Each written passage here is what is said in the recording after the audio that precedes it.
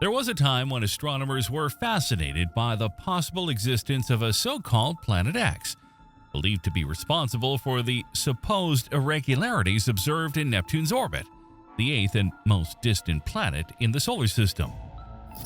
After years of persistent search campaigns, Planet X was finally found in February of 1930. The X here, note, was not meant as the Roman numeral for 10, but rather as an unknown variable. The new arrival, which became the ninth planet in the solar system, was named Pluto. Soon after, based on further supposed irregularities in the motions of known planets, the search for a 10th planet began. This search remained fruitless until today, and in 2006, after Pluto's reclassification, it was renamed and continued as the search for the ninth planet, or again Planet X, with one small but significant difference. This time, the possible existence of a planet much farther than Neptune wasn't based on tiny irregularities in the orbital motions of nearby planets, but on the confirmed existence of a group of small trans-Neptunian objects, or TNOs, that all seem to move in very peculiar orbits. This suggests that there must be some hidden mass somewhere capable of altering all their orbits in the same way. Among these very special TNOs, called sednoids, after their largest and most famous representative, Sedna, is the Goblin, which, when discovered in 2015, earned the title of the solar system object with the most distant aphelion.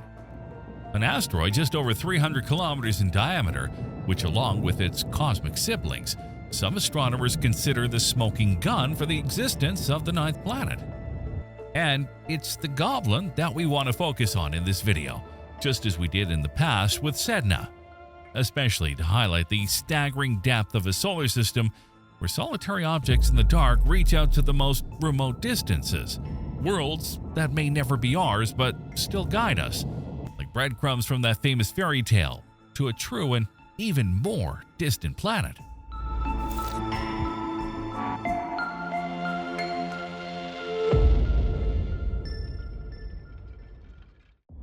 Finding something without knowing exactly where to look is no easy task, and if it's not even certain that the thing exists, it becomes even more complicated.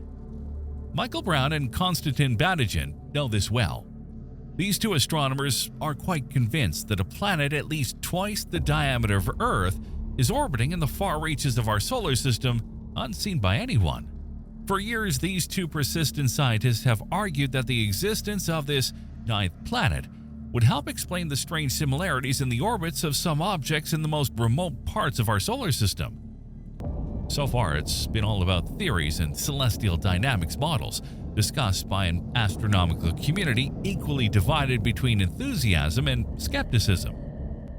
For quite some time, studies supporting and opposing the existence of this planet have alternated. The most recent study, published just a few weeks ago, suggests that Brown and Batygin's ambitious hypothesis rests on a misunderstanding of a simple statistical error. To fully understand the issue, we need to take a long step back in time when the Kuiper Belt was still unknown. As we mentioned earlier, on February 18, 1930, the world learned of the discovery of what was then considered the ninth planet of the solar system, painstakingly searched for by the young Clyde Tombaugh and finally found on photographic plates taken with the 13-inch astrograph at the Lowell Observatory in Flagstaff, Arizona. After that monumental discovery, no one searched for other objects orbiting beyond those remote distances for a long time. Almost no one believed there was anything else to find, as the planet discovered by Clyde Tombaugh seemed to account for the supposed irregularities observed in the movements of Uranus and Neptune. Over the years, however, it became increasingly clear that Pluto was not the massive planet it was thought to be, and the idea began to take hold that beyond 40 astronomical units, the solar system hid much more than we could see. In 1992, a group of researchers led by American astronomer Chad Trujillo announced the discovery of the first trans-Neptunian asteroid, thus proving the existence of a second asteroid belt, 15 times farther away than the one we know between Mars and Jupiter. This region extends beyond Pluto for billions of kilometers, and was named the Kuiper Belt in honor of Gerard Kuiper, the Dutch astronomer who theorized its existence in the 1950s. Observations and discoveries that followed led astronomers over the years to estimate that this enormous reservoir of icy worlds could contain hundreds of thousands of objects, some even hundreds of kilometers in size. Pluto was not just an exception. There was much more out there at the edges of our solar system. It just needed to be found. Taking up the challenge in the early years of this century was primarily Caltech astronomer Michael Brown, who quickly discovered in that area objects as large as Quaoar, Sedna, Orcus, Makemake, Haumea, Gonggong, all planetoids with diameters between 1,000 and 2,000 kilometers. This string of successes culminated in 2003 with the discovery of Eris, a planet the same size as Pluto. Ironically, it was this very crowding of planets that led to the 2006 reclassification of Pluto and Eris as dwarf planets. The decision, as you might recall, came after a turbulent debate, with Brown himself surprisingly at the forefront, advocating for the need to redefine the very concept of a planet. This move not only demoted Pluto, but also his own discovery, Eris. Since 2006, little else has been discovered in the Kuiper Belt. Many objects with diameters around hundreds of kilometers, but none of semi-planetary size. Astronomers' work began to shift towards a statistical analysis of the various populations of objects in the belt. Then, on January 20th, 2016, Brown, along with his postdoc student Konstantin Batygin, published a paper in the Astronomical Journal titled Evidence for a Distant Giant Planet in the Solar System. In their study, Batygin and Brown analyzed the orbital data of Sedna and a group of 5 other objects, noting that the major axes of their orbits are almost aligned in the same direction, and, more importantly, that their orbits all have very similar inclinations. The strangest and most mysterious of these objects turned out to be a slowly moving dot, which the discoverers, with Halloween approaching, quickly named the Goblin. This large asteroid moves into the inner part of the Oort cloud, taking no less than 32,000 years to complete an orbit around the Sun. On October 13, 2015, the Goblin was spotted by the Subaru telescope in Hawaii, the Magellan telescope in Chile, and the Discovery Channel telescope in Arizona almost by chance, a collateral sighting during the hunt for Planet 9. At the time of its discovery, the Goblin had a magnitude of plus 24, about 9 million times fainter than the stars just visible to the naked eye, and was about 80 AU from Earth, roughly 15 AU from its perihelion. Assuming an albedo of 0.15, meaning the celestial body reflects 15% of the solar radiation, it is expected to have a diameter of about 300 kilometers. This makes it much smaller than Pluto or even Sedna. If Sedna impressed astronomers with its highly elliptical orbit, ranging from a minimum distance of 76 astronomical units from the Sun to a maximum of nearly 1,000 AU, the Goblin astonishes everyone with a perihelion of 65 AU and an aphelion of a staggering 2,155 AU, equivalent to 323 billion kilometers, about 200 billion miles. It took years to learn enough about it and its orbit, but it seems to have been worth it because the data aligns with those of other small planets observed previously and fits perfectly with the theory of a supermassive planet X, whose gravity influences the orbits of smaller celestial bodies. Hey guys, just a moment before we continue. Be sure to join the Insane Curiosity channel. Click on the bell, you'll help us to make products of even higher quality. To better understand these distances, remember that bodies in the Kuiper Belt, including Pluto, are all trans-Neptunian objects, with average distances from the Sun between 30 and 55 AU. However, the 6 objects studied by Batygin and Brown do not belong to the Kuiper Belt. They are classified as TNOs, extreme trans-Neptunian objects, because they have extremely elongated orbits. Among these are 4 so-called sednoids, objects with a perihelion so high that it keeps them far enough to avoid significant gravitational perturbations from Neptune. Among them is the Goblin. While studying the orbits of these 6 TNOs, Badigeon and Brown noticed something strange. A characteristic of their orbits called the argument of perihelion, essentially the angular orientation of the orbit's major axis, was similar in all 6 bodies. Additionally, the inclination of their orbital planes was also very similar. In short, there was something, a force that seemed to be acting on the orbits of the 6 TNOs, aligning and elongating them all in the same way. These 6 bodies, moreover, were discovered by 6 different telescopes during as many different surveys, ruling out the hypothesis that their grouping around the Sun was due to an observational bias.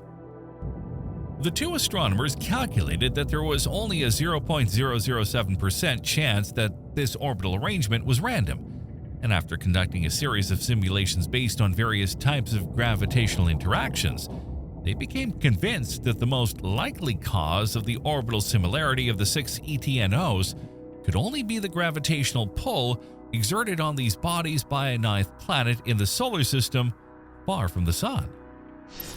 Their simulations indicated that a planet with a mass about 10 times that of Earth, moving along a highly elongated orbit averaging 700 AU, with a perihelion of 200 AU and an aphelion of 1200 AU, situated in an elliptical orbit with an eccentricity of about 0.6, a semi-major axis of 700 astronomical units, perihelion and aphelion at 200 and 1200 astronomical units from the Sun respectively, and an argument of perihelion opposite by 180 degrees to that of the 6 TNOs, could perfectly explain the orbital confinement of these 6 small planets. After the publication of their study, debates about the existence of the hypothetical planet 9 flourished, but so did the search for it. However, this search was conducted almost blindly.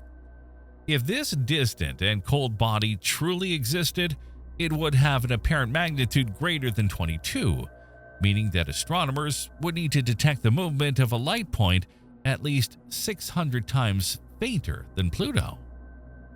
Over the years, thanks to increasingly powerful and precise telescopes, astronomers have become quite adept at searching for specific categories of celestial bodies. They specify the desired characteristics to the instruments to exclude everything else from the field of view and then reevaluate the results. In a sense, though, it's like trawling, whereas in the case of the 9th planet, a harpoon would be needed. There aren't many telescopes powerful enough for this purpose, and they are in high demand by researchers. Finding available slots is difficult, and astronomers often end up with just a couple of nights a year to carry out their observations. In 2019, a further study by Brown and Badigeon increased the number of TNOs with apparently aligned orbits to 14. This allowed the authors to refine their estimates of the characteristics of the hypothetical planet 9. The average distance from the Sun, 400 to 500 AU. Perihelion distance, 280 AU. Aphelion distance, 650 AU. Diameter, 25,000 kilometers. Mass, 5 times that of Earth. Orbital inclination, 20 degrees. Although the evidence presented by Badigeon and Brown seems quite convincing, no one really knows if Planet 9 exists or not. And until we discover it through direct observation, its existence won't be scientifically confirmed. But where could it be right now? For now, no one really knows, although the studies conducted so far provide a rough idea of its motion in the sky and its brightness. Current scientific efforts are focused on narrowing down the search area. For example, new simulations by Badigeon and Brown have reduced the possible location of Planet 9 to an area of about 600 square degrees. Remember, the entire celestial sphere is about 40,000 square degrees. Excluding areas of the sky already monitored by automated surveys like Pan-STARRS and WISE, the most reasonable conclusion is that Planet 9 could be near its aphelion, about 600 AU away. Statistically, an object in orbit around this star spends much more time near its aphelion, where its speed is lower. Even if Planet 9 were real and large, it would be incredibly faint at its predicted distance from the Sun. You might think that if it were 10 times farther than Uranus and almost the same size, it should be only 100 times fainter, as brightness decreases by 1 over the square of the distance. But sunlight suffers from this problem twice from our perspective. The sunlight reaching such a distant world would be 100 times fainter than the sunlight reaching a closer world, but then that light is reflected and has to travel 10 times farther before reaching Earth again. Instead of decreasing by 1 divided by r to the power of 2, the light we actually see decreases by 1 divided by r to the power of 4, making any world that distant incredibly difficult to see. Very faint objects can be detected with dedicated astronomical surveys, but finding an object that doesn't shine with its own light, like a star, but with reflected light, is made even more difficult by the problem of reflected sunlight. For an object twice as far away as another, the light must first travel twice the distance, meaning only 1/4 of the light reaches it, and then travel back twice the distance, resulting in 1/16 of the original brightness. The 1 divided by r to the power of 4 relationship for brightness distance in this case is catastrophic. Its magnitude would then be a +22, a brightness within the reach of any professional telescope, but unfortunately in the direction of the center of the Milky Way. And if this rough prediction were true, discovering Planet 9 could be extremely complicated against the incredibly dense star fields near the center of our galaxy. In short, the scientific debate over the existence of the 9th planet continues, with its ups and downs.